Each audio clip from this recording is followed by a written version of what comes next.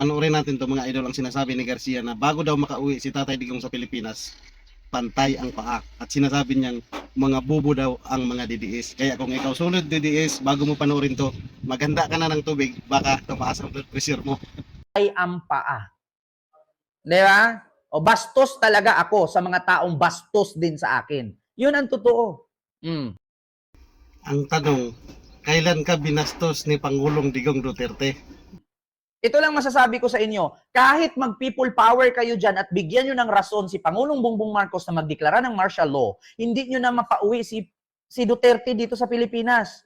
Kahit magtatambling-tambling tayo ngayon, kahit makipagpustahan kayo ngayon, kahit magpatayan kayo dyan sa kalye, kahit magwarla kayo dyan, kahit magbumbahan kayo dyan, kahit sugurin nyo ang Malacanang, hindi nyo na maipabalik si Duterte sa Pilipinas. Sa tingin ninyo, pag natanggal ninyo si Marcos sa Malacanang, sa tingin ninyo, pag napalayas ang Marcos family sa Malacanang, makakabalik si Duterte, wala pa rin jurisdiction ang Pilipinas na pabalikin si Duterte sa Pilipinas. Bakit? Batas ng Netherlands ang masusunod, hindi batas ninyong mga DDS. Uulitin ko ha, wag maging tanga.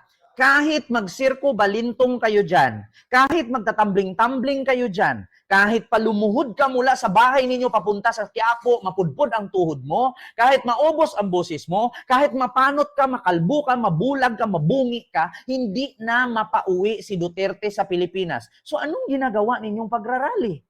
Sa tingin ninyo, magrarally kayo, guluhin ninyo ang Pilipinas, may rason pa na magdeklara ng martial law si Marcos. Pag nagdeklara ng martial law si Marcos, hindi nyo na magawang mag-rally pa. Bakit? Ang sasalubong sa inyo, batuta, armas, tear gas, or water cannon. Yan ang sasalubong sa inyo. Kahit magsirko balintong kayo, hindi nyo na mabalik si Digong. Si Sara Duterte nga, hindi niya kayang ibalit ang ama niya. Kayo pa kaya? Walang saysay. Anong kapangyarihan ng rally ninyo para mapabalik si Digong sa Pilipinas? Walang ganun. Sadyang bobo lang talaga kayo mga DDS.